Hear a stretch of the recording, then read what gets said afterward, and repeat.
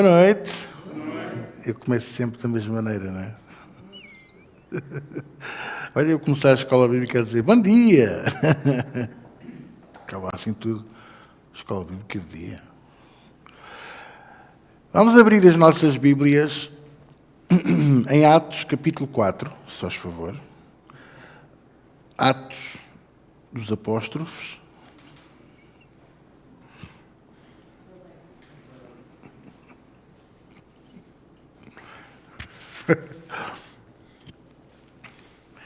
Ainda é bom poder ler a Bíblia verdadeira, não é? Porque, não, é que há muita gente que o que lê são coisas que eu nem sei onde é que eles vão buscar aquilo. Aqueles versículos inventados. Atos 4. Eu estou a ouvir, vocês percebem, não é? Estou a ouvir tudo. E nós estamos a chegar a uns tempos que eu não sei se vocês estão-se a perceber. Por exemplo, esta semana vi nas redes sociais mais uns tantos fulanos a profetizarem para o presidente americano, e assim, e acusar isto e aquilo e aquele outro. E eu só penso assim, mas esta gente está toda cega. Ou será que sou eu que estou errado? Não sei. Às vezes eu penso. Eu às vezes tenho que perguntar a algumas pessoas, será que sou eu que estou errado? Porque eu vejo tanta gente, coisa e tal. E esta loucura por Israel. Israel, não, Deus vai defender Israel. Vamos lá ver uma coisa. Já que estamos aqui, só nesta introdução. Deus vai defender Israel. Deus defende Israel. Hoje mesmo, Deus está a defender Israel. Mas não é o espaço físico onde está o Estado de Israel. Que é isto que as pessoas não conseguem compreender. Deus vai defender o seu povo, aqueles que Ele escolheu, que estão espalhados ainda pelo mundo inteiro. Ainda não houve a diáspora, ainda não houve aquele chamamento do Espírito, que está em Joel, que diz que eles voltariam à sua terra.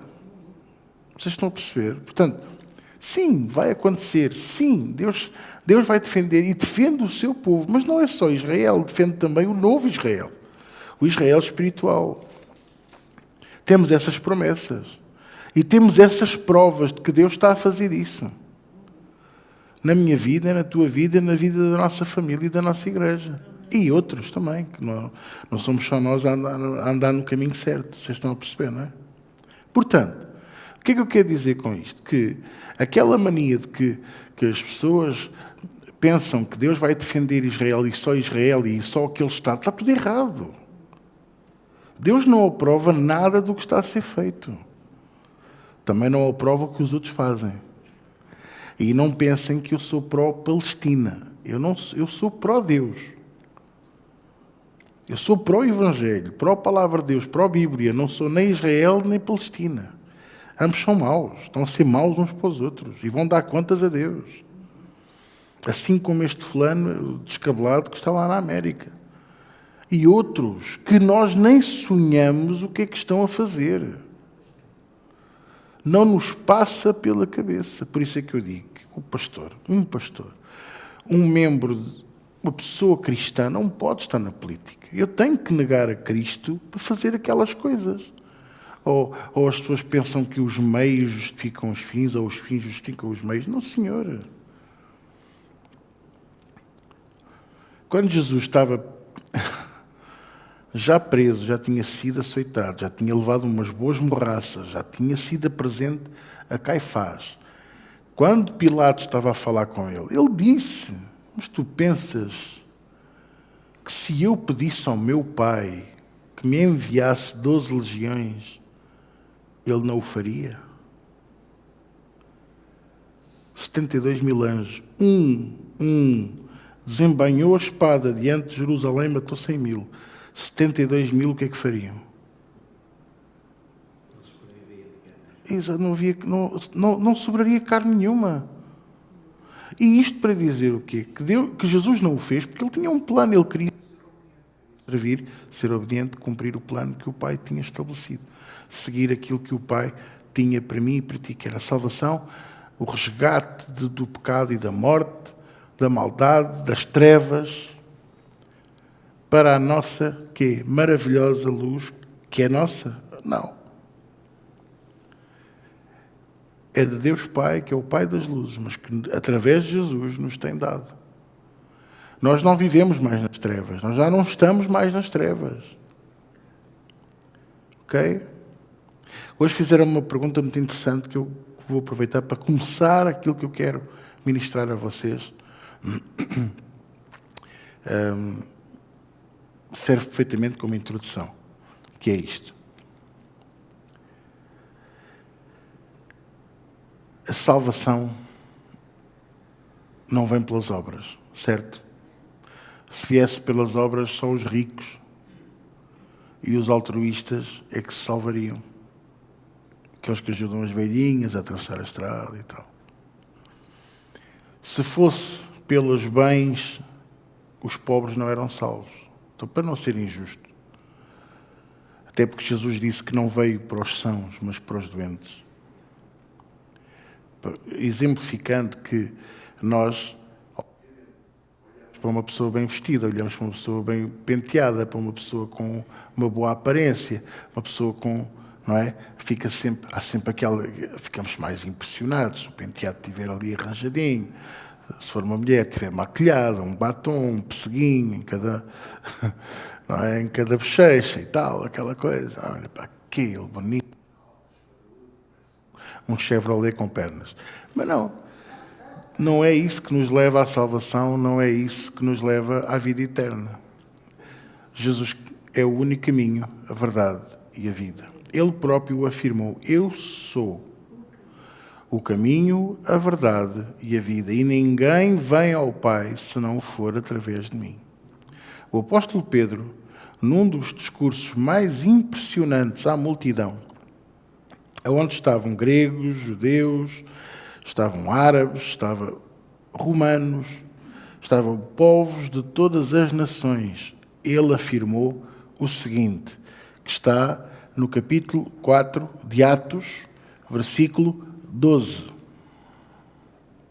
Diz assim: e em nenhum outro há salvação, porque também debaixo do céu nenhum outro nome há dado entre os homens pelo qual devamos ser salvos.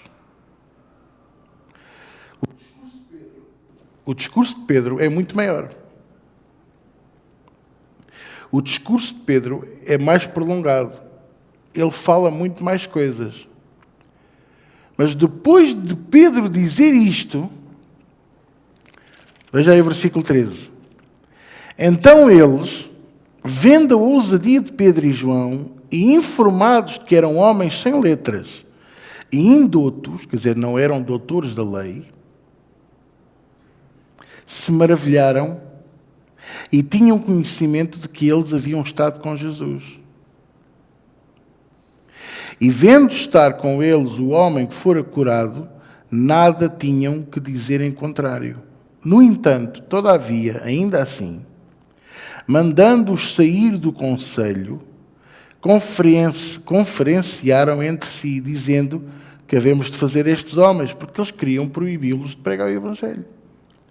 E Pedro, no único momento que teve, na única altura que teve um confronto com o poder político, não se pôs a falar de política, não os ameaçou, não disse que eles eram uma cambada de corjas e de cobras e de ladrões.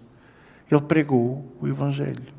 É aqui que está o grande problema de muito cristão hoje. É que na vez de nós pregarmos o Evangelho, na vez de orarmos, na vez de fazermos a nossa parte e dar o bom testemunho que é suposto darmos, nós gastamos as nossas forças, vigor, inteligência e capacidade a dizer mal, a criticar, a deitar abaixo, a fazer manifestações, a gritar.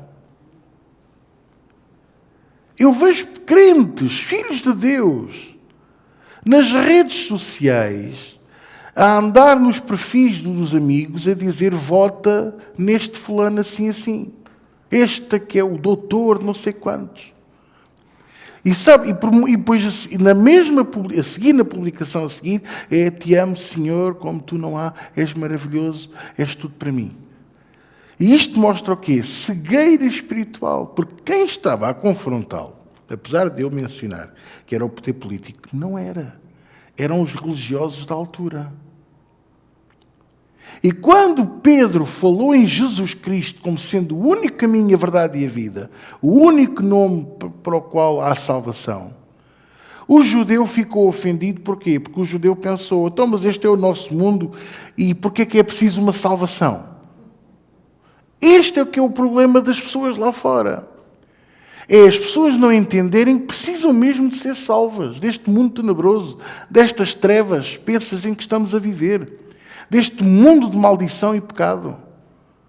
Enquanto nós não conseguirmos fazer e mostrar e explicar às pessoas que o problema que se passa é eles não saberem nem reconhecerem que precisam de ser salvos, nunca vão entender porque é que Jesus veio morrer à cruz do Calvário.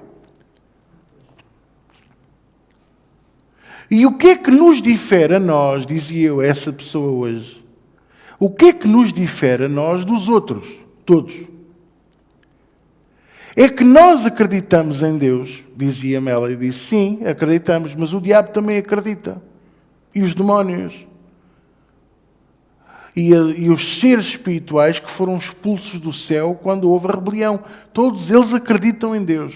E a prova que acreditam em Deus é que Satanás, Lúcifer, tem que lá ir prestar contas todos os dias do que faz e do que diz e do que fez. E os outros dobram o joelho quando alguém diz em nome de Jesus, porque é para ser dobrado o joelho de toda a criatura nos céus, na terra e debaixo da terra. E ainda mais vos digo, que para além dele ter que lá ir prestar contas do que diz e faz, todos os outros não só acreditam, como têm que reconhecer que ele é Senhor e confessar com a sua boca que Jesus é Senhor.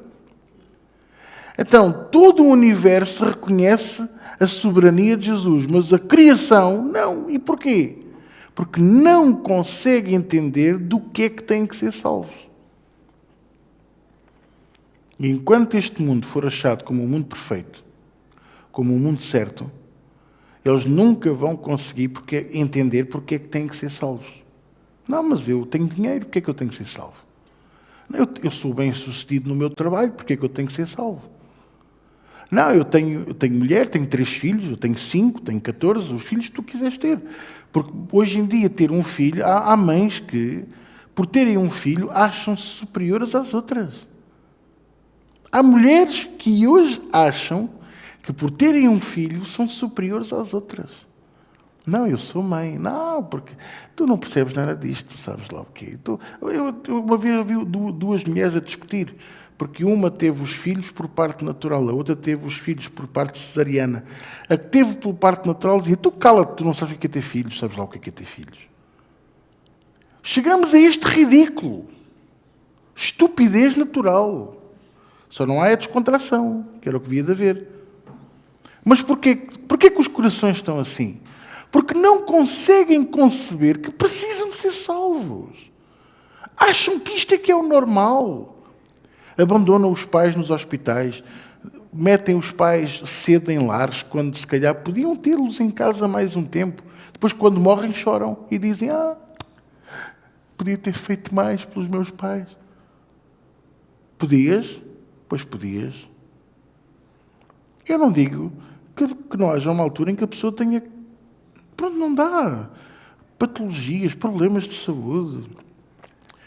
Que Deus nos livre de Alzheimer e demências, que isso é terrível. Ou seja, problemas oncológicos, que o Senhor tenha misericórdia de todos nós. Acreditem no que eu vos estou a dizer. Mas queiram compreender isto, queiram entender, queiram absorver isto. A sociedade está morta, está perdida, porque não quer reconhecer que precisa de ser salva. O judeu ofendeu-se com Jesus quando Jesus lhes disse na cara as coisas. E ofenderam-se porquê? Porque são judeus? Não, Deus ama o povo judeu. Então, afinal de contas, foi o povo que ele fundou desde o princípio. Todos os outros são de desvaneios. Moabes, Amons, os filisteus. É tudo desvaneios. Até os... O filho que Abraão não devia ter feito, Ismael, que ele fez com aquela criada Agar, provocou uma cisão, não só na crença, mas no povo que Deus estava a fazer, estava a fundar nesta terra. Os ismaelitas, os árabes, os muçulmanos, os islâmicos, tudo isso vem daí. E depois veio a maluquice, não é? Eles eram todos um só e de repente veio o Maomé, meteu na cabeça que isto era tudo para matar, tudo infiéis. Toca de alterar o Corão. Altera o Corão, põe aquelas profecias falsas da morte aos infiéis, assim diz Alá. E houve uma cisão. Os ismaelitas são um povo pacífico e abençoado por Deus, por causa da promessa que Deus deu a Ismael. E depois tens os muçulmanos xiitas que andam lá sempre com o radicalismo. Bom, eu uso um cinto, eles usam bombas. Bom é explodir, matar, porque há a promessa das não sei quantas virgens no céu à espera. E quem é que acredita numa coisa dessas? Quem não reconhece que precisa de ser salvo. Salvação só vem através de Jesus Cristo. Eu não salvo ninguém, a igreja não salva ninguém. A Bíblia sozinha não salva ninguém. Isto é um choque, eu sei, mas é a realidade. Porque as pessoas dizem assim, então, mas Jesus e a palavra não são só. São. Então a Bíblia é a palavra de Deus. Então a Bíblia devia te salvar. Não. Porque o que Jesus disse e o que Pedro disse é o nome. O nome é que destranca a porta. Recebê-lo como Senhor e Salvador, e não é através de uma oração. Porque há pessoas que podem até convidar Jesus, entra na minha vida, entra no meu coração, faz morada em mim, tudo bem. No domingo fizemos isso. Eu detetei pelo menos 2 salvações no domingo aqui, fiquei muito feliz. Mas por outro lado, do que é que me vale a mim confessar Jesus como meu Senhor e Salvador e a seguir ir fazer as coisas que sempre fiz? Se aquilo não me cair cá dentro, se não despertar em mim a chama do Espírito, que me faça ter uma caminhada diferente, que me faça despertar para a palavra, para falar com Deus, para ter um encontro real com Deus, eu nunca serei salvo. Foi esse o discurso de Jesus com Nicodemos. O discurso de Jesus com Nicodemos parece duro e quase imperceptível. Quase que as pessoas não... isto é de difícil interpretação, aquilo que Pedro dizia de Paulo, das revelações de Paulo. É de tão difícil interpretação. O próprio Nicodemos dizia assim, eu estou a levar um baile, eu sou mestre da lei, tenho 3 vezes mais idade que este gajo, desculpem, santo gajo, e ele está-me a dar baile. Que farei para herdar a vida eterna? Ele sabia que há. Ele sabe. Ele queria ter a certeza que ia parar ao seio de Abraão. E Jesus começou-lhe a dizer as coisas. E Jesus teve menos paciência com Nicodemos do que com os outros. Porquê? Porque aos outros explicou por parábolas, com histórias, com janelas, com ideias, com alegorias, com imagens, para eles perceberem. E porquê que ele não fez isso com Nicodemos? Porque era um mestre da lei. Quanto mais a gente pensa que sabe, mais Deus exige de nós. Quanto mais tu sabes da palavra, menos Ele te diz. Deus mostrou-me isto e não sei o que é que isso significa. Shame on you, era o que Jesus diria.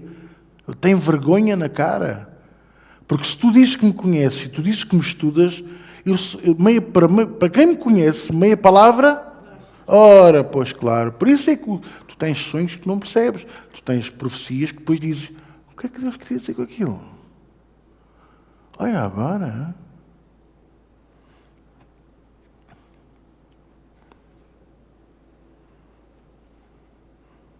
Salvação só em Jesus. A Bíblia sozinha não salva. Ninguém. Pode-lhe conduzir, pode despertar, pode chamar, pode fazer um versículo explodir na tua cara. Explodir não como as bombas dos outros, mas espiritualmente. Ok? Mas não te dá salvação. Salvação vem por crer, receber Jesus. E, agora, sabe, é como a gente põe a chave na porta, não é? Na fechadura. E dá uma volta para abrir. E esta o que é que faz? Tira a tranca. Mas depois temos de dar a segunda volta. Que é para a lingueta recolher. Certo?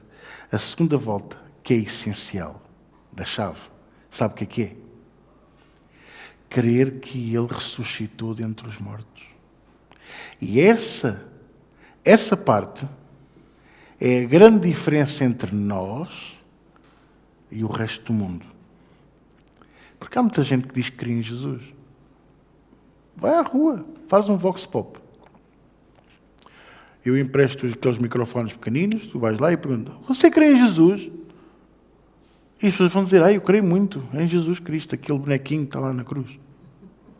E não tem mal nenhum, cada um crê naquilo que quiser. Mas, para eu poder ver, não é ainda cheirar, nem tocar, nem viver, é ver a vida eterna, a porta da vida eterna, eu tenho que crer que Ele morreu e ressuscitou.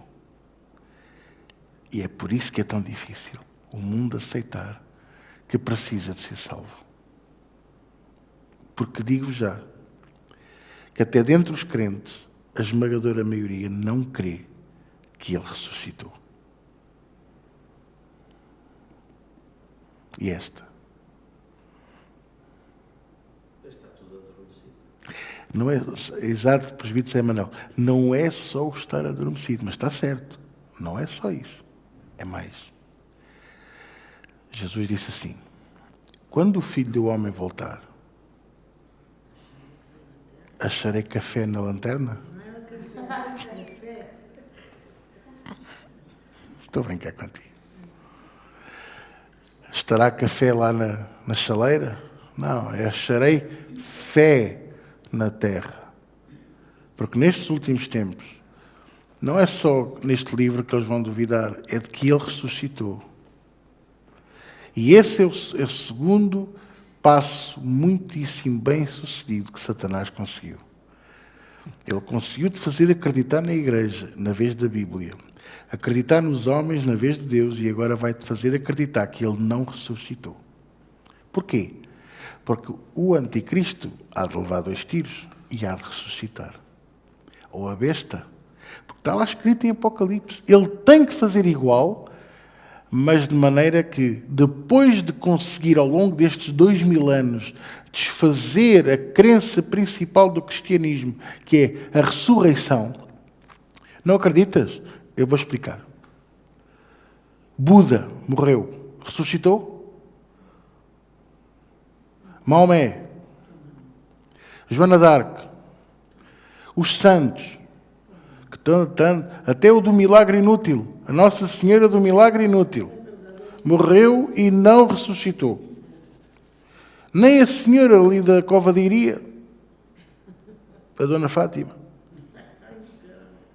Nenhum deles, nem sequer os 3 pastorinhos que ouviram os segredos. Nenhum deles, nem o Papa João Paulo II, que ainda agora foi santificado ou beatificado. Vocês estão a compreender? Ou seja, aquilo que faz a grande diferença é que Ele morreu, mas ressuscitou. E está vivo. E se tu não conseguires acreditar nisto, tu não estás salvo. E esta constatação, provavelmente, é uma faca no peito para ti. Mas não sou eu que a estou a espetar, és tu próprio. Ao não acreditares que Ele ressuscitou. Porque é a condição sine qua non para termos a vida eterna. Diz a palavra de Deus: se tu creres que Ele é o caminho, a verdade e a vida, e que ressuscitou dentre os mortos, então serás salvo. Então serás salvo. Porque se nós não conseguimos acreditar que Ele ressuscitou, então Deus não tem poder. E a morte dele foi em vão. E tornou-se um mártir, na vez de se tornar o Cordeiro Eterno. Vocês estão-me a compreender agora? E Jesus não é um mártir. Jesus é o Cordeiro Eterno, é o Filho de Deus, que tirou o pecado do mundo de todos quantos crerem nele. E isto é essencial. Isto é a verdadeira força com a qual tu podes derrotar a incredulidade na tua vida. Eu não acredito. O pastor orou, mas eu não acredito muito. Às vezes não é por ele, é mesmo... não consigo acreditar, não consigo. Quem já não pensou assim? Quem já não sentiu isto? E sabes que mais? Não tem mal nenhum. Tem mal é se tu permaneces nisso. Aquele moço da Bíblia que se atirava para o fogo e que despedaçava cadeias e correntes, e o pai foi pedir ajuda a Jesus. E quando Jesus se aproximou dele e viu o moço naquele estado, perguntou ao pai: o que queres que te faça? Eu preciso saber. E o pai pediu cura. Crês? E ele disse: creio. Mas depois começou a chorar e disse: ajuda a minha incredulidade. Portanto, ele estava a mentir. Ele disse o mesmo que tu dizes. Tu acreditas e tu dizes: eu acredito. Mas às vezes não acreditamos. E aqui é que nós temos que batalhar. Porque Jesus perguntou: quando o Filho do Homem voltar, ou seja, quando eu voltar, acharei. E não é café na chaleira. Acharei fé na terra. Por isso, eles foram proibidos de pregar o Evangelho e eles continuaram a pregar o Evangelho. E obviamente que até os ameaçaram e açoitaram. Ok? Mas depois deixaram-nos ir, porque tiveram medo que o povo, que estava cá fora à espera, fizesse um tumulto. E olha o que aconteceu. É isto que eu quero deixar convosco. Porque isto só pode acontecer a quem crê que ele ressuscitou dentre os mortos. Versículo 24. Ouvindo eles isto, unânimes, levantaram a voz e choraram muito. E tomaram a decisão de fechar a igreja. Não é o que está aí? Estas Bíblias dos 300, pá. Ouvindo eles isto, unânimes, levantaram a voz a Deus e disseram, e vou-vos já dizer que isto é das orações mais lindas e mais poderosas que eu já ouvi, que eu já li, que eu já vi. Olha. Senhor, Tu és o que fizeste o céu e a terra e o mar e tudo o que neles há, que disseste pela boca de Davi teu servo, porque gritam as gentes e os povos pensaram coisas em vão. Levantaram-se os reis da terra e os príncipes se ajuntaram a uma só voz contra o Senhor e contra o seu ungido, porque verdadeiramente contra o teu santo Filho Jesus, que tu ungiste, se ajuntaram não só Herodes, mas Pôncio Pilatos, com os gentios e os povos de Israel, para fazerem tudo o que a tua mão e o teu conselho tinham anteriormente determinado que se havia de fazer. Agora, pois, ó Senhor, olha para as suas ameaças e concede aos teus servos que falem com toda a ousadia a tua palavra, enquanto estendes a mão para curar e para que se façam sinais e prodígios pelo nome do teu santo Filho Jesus. E tendo eles orado, moveu-se o lugar em que estavam reunidos, e todos foram cheios do Espírito Santo e anunciavam com ousadia a palavra de Deus. Hoje perguntaram-me assim, não vou dizer aonde nem quem, quando o pastor expulsa um demónio, tem medo. E eu medo? Medo do quê? Do demónio, da pessoa estar a manifestar-se. Eu, não.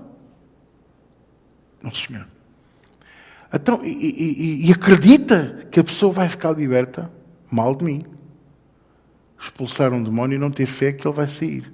Porque o que vai acontecer é que ele vai se começar a rir e vai dizer que não sai.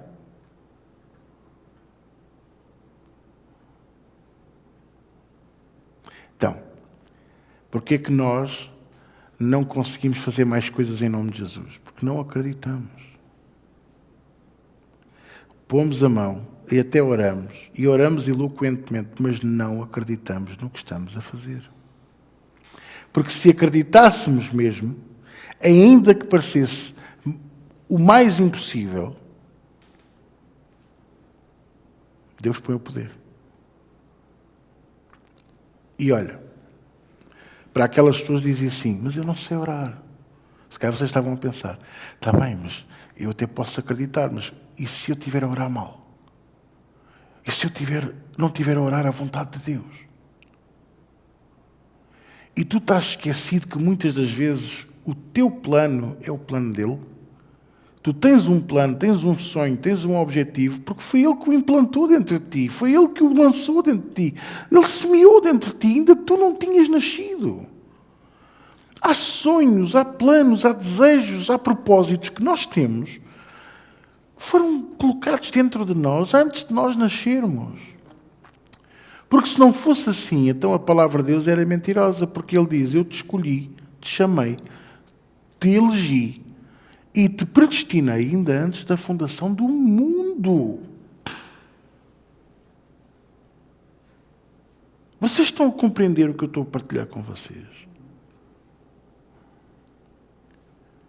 Porque se for por uma questão de oração, Deus nunca tinha parado o sol e a lua, porque Josué orou mal. Josué disse assim, sol para, lua, quietinha. Senta à pata. E Deus dizia-lhe, não, porque não é ele, o sol e a lua que se mexem, és tu. Se tu disseres para a Terra parar a rotação, eu faço. Não, porque Deus não vê essa... Deus não está a ter em conta essas coisas. Deus está a ter em conta o quê? O teu coração. Por isso é que eu ouvi uma vez um cigano cuja mulher foi parar ao hospital. Isto já foi há mais de 20 anos. Muito mais do que 20 anos, sim, sim. A mulher foi parar ao hospital. E ele o que é que faz? Não sabia melhor. E numa altura em que, lembram-se, tínhamos que carregar os telemóveis para fazer chamadas. Ele não tinha saldo. Não é como agora, que qualquer um tem um plano e aquilo pagamos um X por mês, podemos estar horas ao telefone, até a bateria acabar, carregar, pôr a carregar e continuar a falar, até cair os dentes e a língua, que não, pagamos o mesmo. Ele não tinha saldo no telefone e o que é que ele faz? Eu tenho que orar. E então o que é que ele se lembrou? De uma passagem que está em Coríntios, 1 Coríntios, que diz, e ele deu uns para pastores, para isto e doutores. E ele, então, Senhor, tu disseste a tua palavra. Tu deste uns para serem assim, acusados, e os doutores. Toca nas mãos dos doutores que vão cuidar da minha mulher. Mas eu pergunto, foi esses doutores que Paulo escreveu? Não. E porquê que Deus respondeu a oração? Porque respondeu. Porque viu o coração dele. Mas ele... Coitadinho, pervinho, não sabe. Não interessa. Josué não sabia que era a terra que girava. E que somos nós que nos movimentamos em translação à volta do Sol e a Lua está à nossa volta. Mas ele deu a ordem para o Sol parar e Deus honrou aquela ordem porque ele sabia qual era o propósito do coração dele. É isto que eu quero que tu entendas. Tu até podes não saber orar, tu até podes orar incorretamente, no sentido de, não sei, o braço caiu-me, então vamos aqui orar para que Deus cure o braço. Obviamente não é para curar o braço, é para restabelecer o braço. Mas não interessa. Deus honra, porque Ele vê o teu coração. Mas tu não podes. Quem é que sabe? Duvidar. Tu não podes permitir que a dúvida assole o teu coração. Não podes. É impossível. Já não há nada a fazer. Não, Deus não responde a essas orações. Que horas são isto? Não, esta hora Deus já fechou.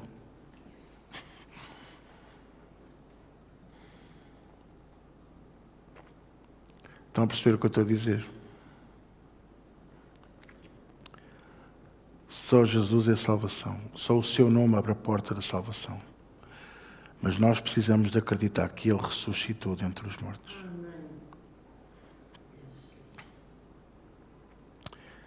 Nenhum outro ressuscitou, mas Ele sim.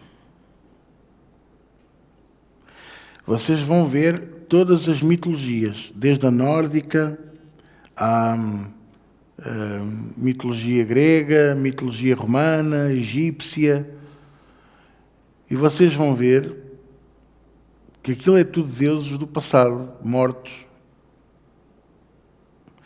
Por exemplo, o deus principal da mitologia nórdica, Odin, morreu. E era Deus. Quando é pequeno, claro. Mas o nosso é eterno. E verdadeiro. E único. E o mais engraçado é que há a menção de muitos outros deuses e entidades no Velho Testamento. No Novo só há uma. Mamon. Que Jesus diz que Ele é um Deus. Jesus diz que Ele é um Deus. Com D pequeno. Mas o nosso é maior. É eterno. É único. Incomparável. Indestrutível. Infalível. Sempre eterno. O mesmo ontem, hoje e amanhã. E nós nunca podemos permitir que a dúvida suba ao nosso coração. Se a dúvida subir ao meu coração e ao teu, tu ficas automaticamente derrotado. Não duvides. Não deixes que a dúvida te assole, te domine, te cegue os olhos. A dúvida pode perfeitamente se tornar um vírus na nossa vida.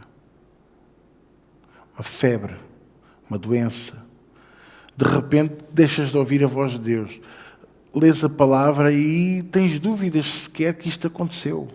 Os cientistas cada vez têm mais provas de que a Bíblia é verdadeira e que é fiel e que é fiável. E os crentes em Cristo, o povo de Deus, cada dia está mais incrédulo. Porque eu não vejo milagres. Não, meus caros, não tem nada a ver com isso. Porque os milagres não são a fonte da nossa credulidade. A palavra de Deus é que é, e a nossa comunhão com Jesus. Só que como é que eu posso acreditar naquele com quem eu não tenho comunhão? Como é que eu posso defender ou falar daquele com quem eu não oro, com quem eu não falo, de quem eu não leio? Ora, irmãos, eu já li a Bíblia tantas vezes e eu continuo a descobrir coisas novas, maravilhosas, tremendas na palavra de Deus. Tremendas. Eu leio, às vezes leio aqueles versículos básicos.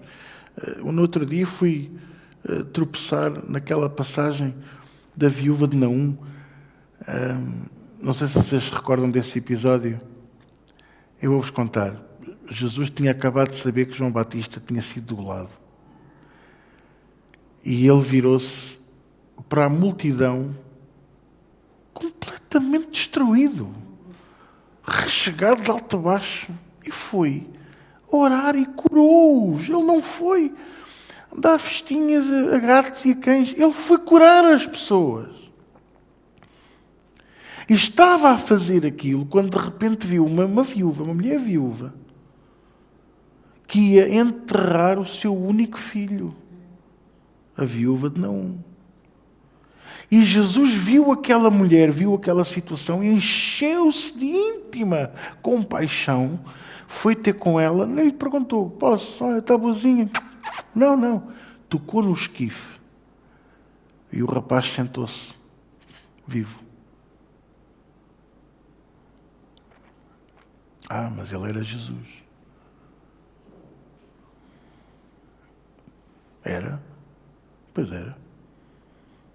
Mas o que é que ele fez com 8 anos? Quem é que sabe? Estava no templo a discutir a palavra com os mestres da lei que estavam tipo, quem é este chaval? Olha o puto, pensa que sabe mais do que eu. E sabia. E sabe. E saberá.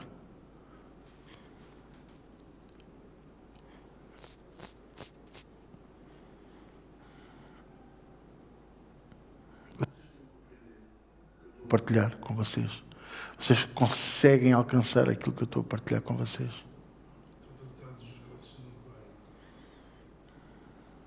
Estou a partilhar, estou a tratar dos negócios do meu pai. Não interessa a nossa idade, e olha que eu sou um bocadinho contra essa coisa dos pregadores mirim, os pregadores pequeninos, né, sobem ao púlpito com um lacinho ou gravatinha, mini-fato, e começam a falar de Jesus, Jesus, Jesus. Eu sou totalmente contra isso. Querem mostrar que têm Jesus? Façam como eu fazia quando eu era pequenino. Subia no comboio e pregava o Evangelho para a carruagem. Não é no microfone, na igreja, no altar. Porque isso aí...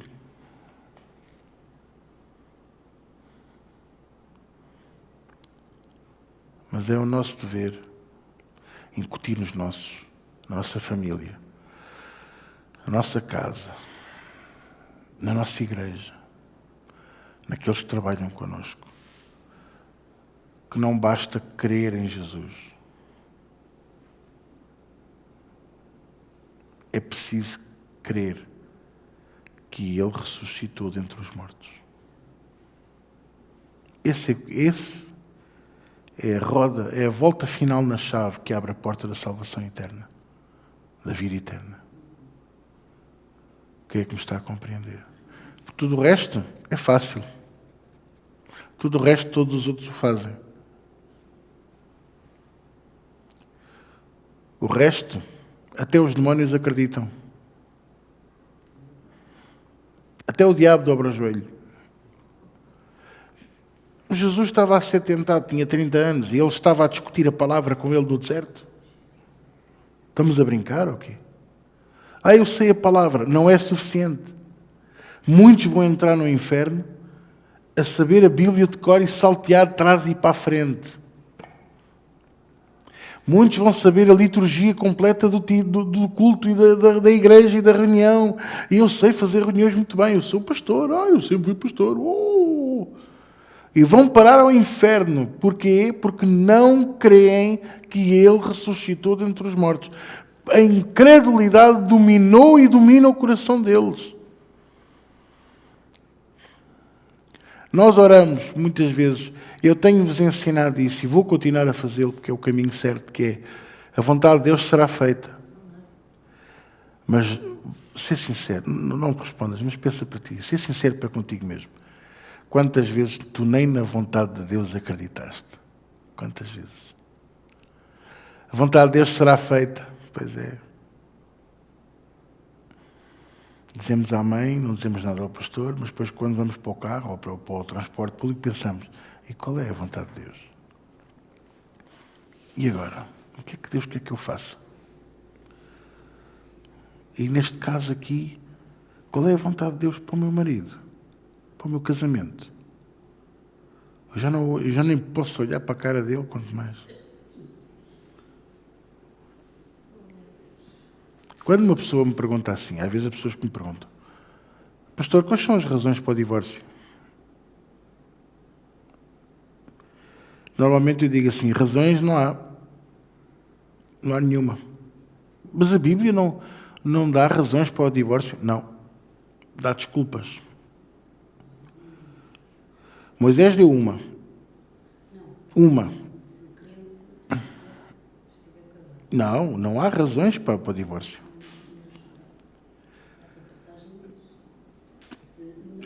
Escuta aquilo que eu estou a dizer.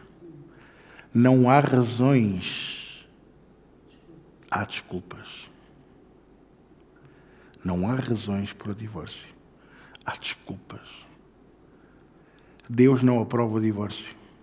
No entanto, Moisés teve que conceder o divórcio por causa do quê? Da dureza dos corações. E qual foi a única razão que Moisés deu? Adultério.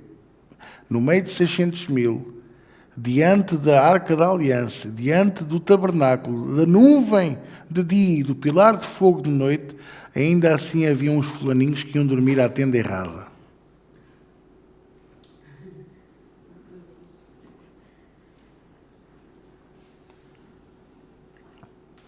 Perceberam o que eu estou a dizer?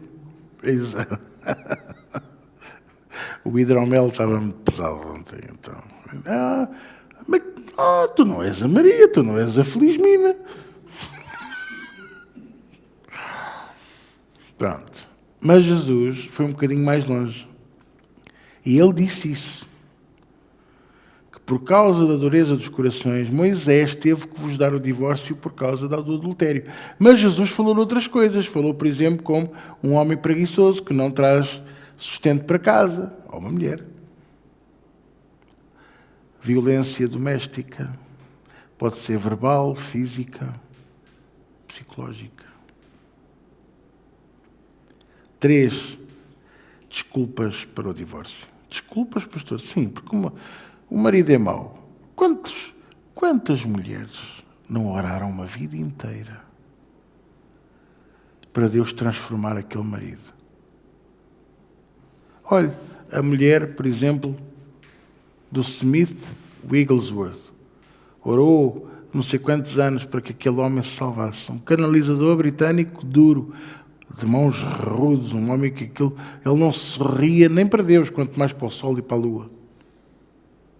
E, no entanto, aquele homem converteu-se, tornou-se num dos maiores homens de Deus do século XIX, princípios do século XX. Fora outros que a gente nem sabe, nem sonha. Quantos homens não oraram pela salvação das mulheres? Quantos casais, quantas famílias não oram uns pelos outros? Vocês estão a compreender? Não são razões, são desculpas, por causa da dureza dos corações. Vamos pôr isto em palavras certas, por causa da incredulidade das pessoas. Incredulidade das pessoas. Eu não acredito que isto tenha solução. Eu não acredito que ele vá mudar. Então param de orar. Param de acreditar, param de dar o exemplo e saltam fora. Vocês estão a compreender? E isso tornou-se tão banal, tão ridículo, que hoje é por dar cá aquela palha. Ele dorme de meias e eu não gosto, vou-me divorciar. Ela põe sal fino na salada e eu gosto de sal grosso, vou-me divorciar. Isso é mesmo por é mesmo por excesso de incredulidade, falta de sabedoria e falta de crer nas coisas e no poder de Deus. No poder de Deus. Vocês estão a entender? Eu gosto destas aulas de escola bíblica porque eu falo de assuntos que eu não estou a programar. E dentro desses assuntos falo de coisas que eu nem sabia que iria falar. Mas Deus sabe todas as coisas. Alguém vai ouvir esta escola bíblica. E vai ouvir esta parte porque precisa de ouvir esta parte.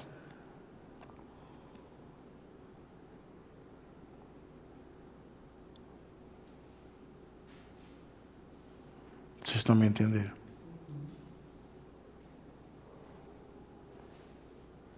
Há alguma coisa que queiras dizer?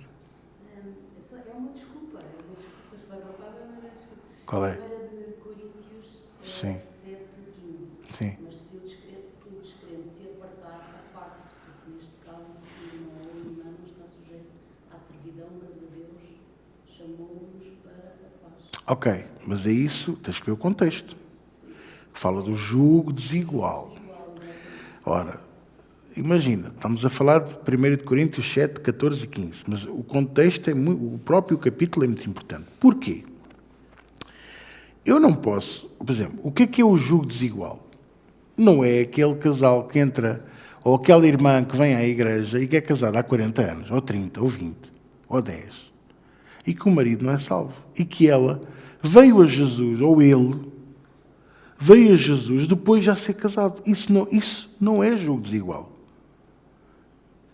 Isso é, para mim, uma razão para estar de joelhos a orar, ou de pé, ou sentado, na sanita, no carro, no transporte público, no emprego, no avião, onde quer que vá, a orar pela salvação daquele marido ou daquela esposa.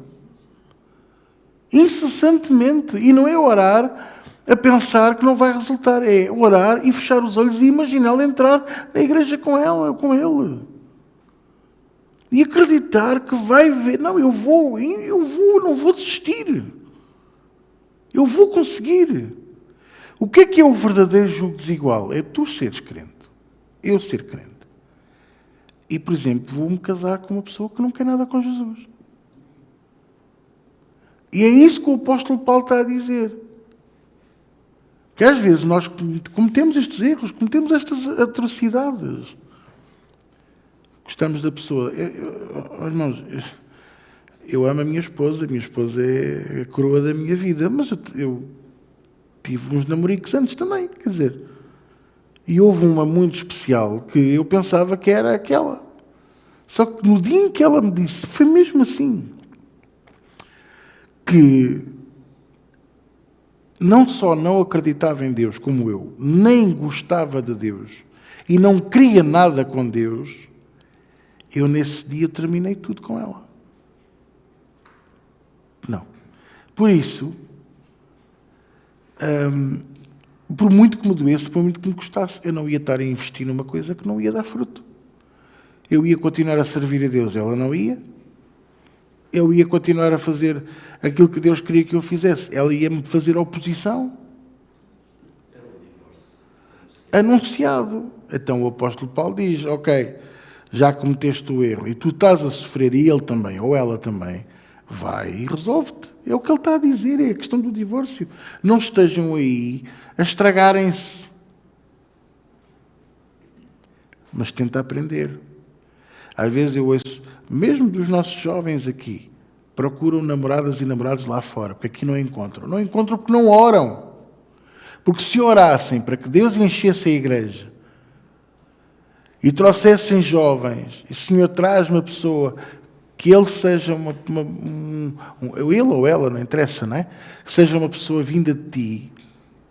Mas não. Andam à pesca, aonde? No charco de lodo. A pesca do charco de lodo não é tua nem minha, é de Deus. É Deus que os pesca e os traz até ti. É aquela pessoa que, por exemplo, estás na paragem do autocarro e começa a contar-te a vida toda, que fez uma ressonância magnética, que descobriu que não sei o quê, e agora está a cair o cabelo, e agora está não sei o que mais. E a gente às vezes ficamos fartos de ouvir aquilo, estamos tipo, nunca mais se cala. E Deus está a dizer, então não estás a pedir para eu trazer pessoas para tu falares de mim? Fala de mim, pá! E depois parece que a gente só, não é? A gente só, pois era para eu falar de Deus. Estão a perceber, não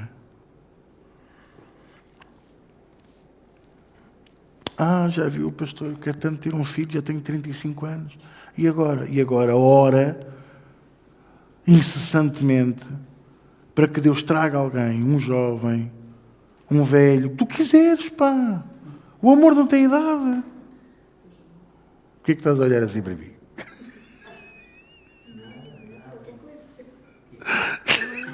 Tira ali com o presbítero Carlos.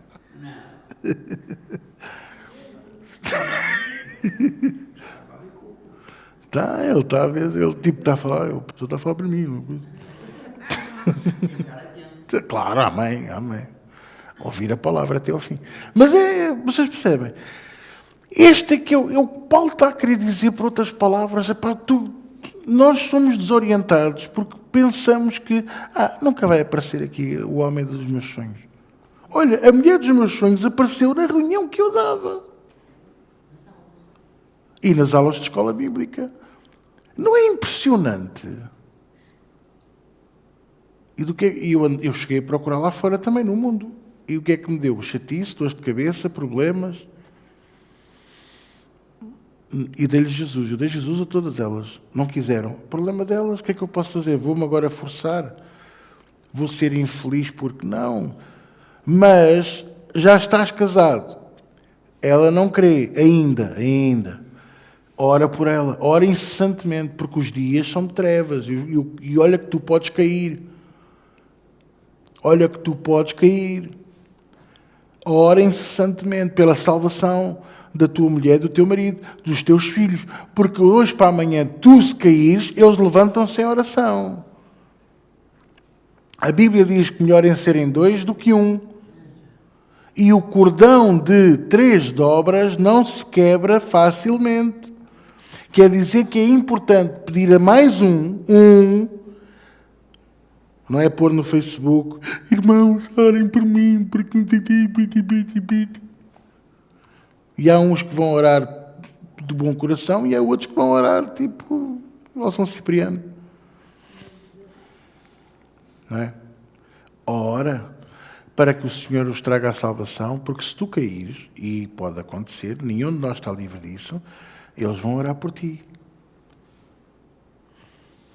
Foi para isso que o Senhor nos chamou. Oramos uns pelos outros, é verdade. Mas e por que não começar pelos de casa? E graças a Deus que eu tenho a minha mãe que ora por mim. A tua mãe ainda é viva e ela ora, dá glórias a Deus, porque ela está a orar por ti. É a melhor coisa que nós podemos ter, uma mãe que ainda ora por nós.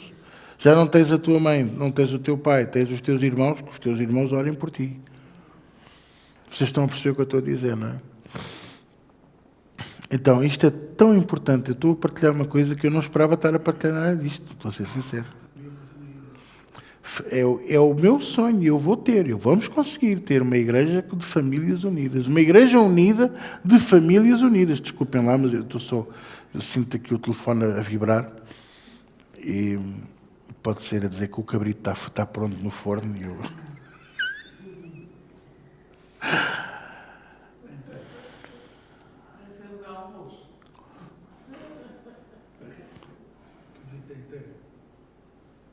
Basta fazer de convidado, é?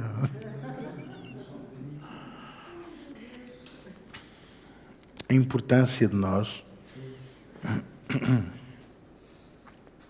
A importância de nós termos sempre o nosso coração dedicado a isto. Primeiro, não há outro nome que possa trazer a salvação. Segundo, para eu ter a vida eterna, eu tenho que crer que Ele ressuscitou dentre os mortos. Terceiro, nunca desistir. Nunca desanimar. E vai haver dias em que vais desanimar. Mas quando eu digo nunca desanimar, é nunca perderes a tua fé. E nunca deixares que o vírus da dúvida suba ao teu coração. Acredita até ao fim. Ainda que pareça impossível. Ainda que pareça impossível. Era impossível estas instalações.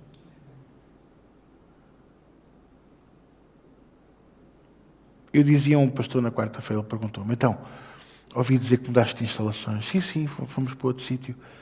Foste para melhor. Graças a Deus, muito melhor. Estou feliz. Ele disse para mim, estou muito feliz por ti. Mas foi para melhor. Porque ele disse, porque eu tenho ouvido aí muitos que têm descido de cavalo para burro. Não, fomos para melhor. Glória a Deus, estou feliz. Estas instalações eram impossíveis. Exatamente. Mas para Deus nada é impossível. E nós acreditamos, não fui só eu, vocês acreditaram comigo. Todos nós acreditamos juntos. E é aí que está a união. E já repararam que a igreja está mais unida do que alguma vez fomos. E está a encher. Está outra vez a encher. E a este espírito temos que trazer esta união e proteger-nos uns aos outros, porque o diabo vai tentar os atritos. Ele vai, é como a colmeia. Quando a colmeia está unida, há sempre um urso que vai lá pôr a pata para comer o mel.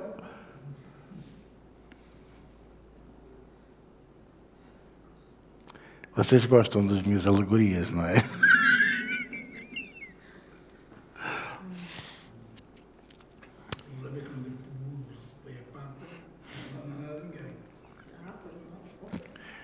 Mas as abelhas depois vão e picam. E depois o urso depois diz que mel picante este. Bom, lembrem-se sempre disto. Aquilo que faz a diferença é a ressurreição. Por isso é que é tão importante. Por isso é que o diabo não quer que tu creias. O diabo não quer que as pessoas acreditem. O diabo quer que tu duvides que alguma vez aconteceu. O homem já encontrou provas do túmulo, supostamente encontrou provas da cruz. Certo? Até há uma igreja que tem a coroa de espinhos. Suposta, falso, obviamente. Mas é só para vocês perceberem que a única coisa da qual não têm provas é da ressurreição.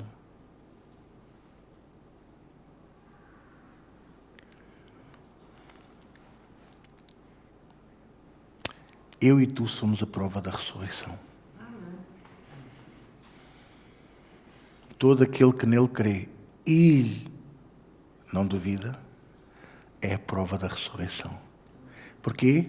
Porque a vida eterna já está dentro de nós. Por isso é que brilhamos, por isso é que temos a luz. Por isso é que eu entro numa loja e de repente a loja fica cheia.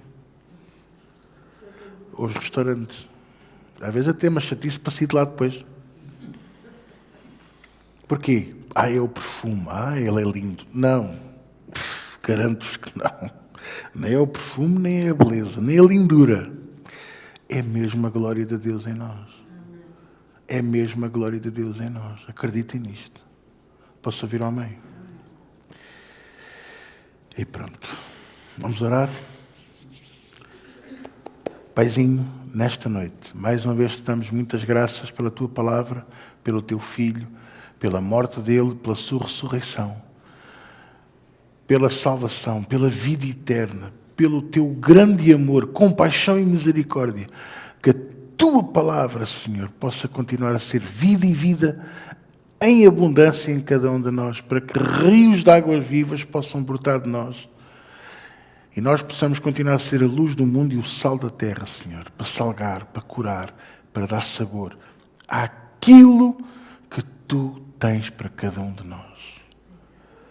Enche a tua casa, traz as pessoas que são devidas à nossa vida, salva as nossas esposas, os nossos maridos, os nossos filhos, os nossos irmãos, os nossos tios, salva as nossas famílias, Senhor. Usa-te nós, usa-te outro qualquer. Não interessa, Senhor, porque nós não somos egoístas, nós não somos ciumentos. Nós queremos a terem a mesma vida eterna. E de preferência a servir a Deus conosco. Aqui, Senhor. Em nome de Jesus. E todos dizem comigo? Amém.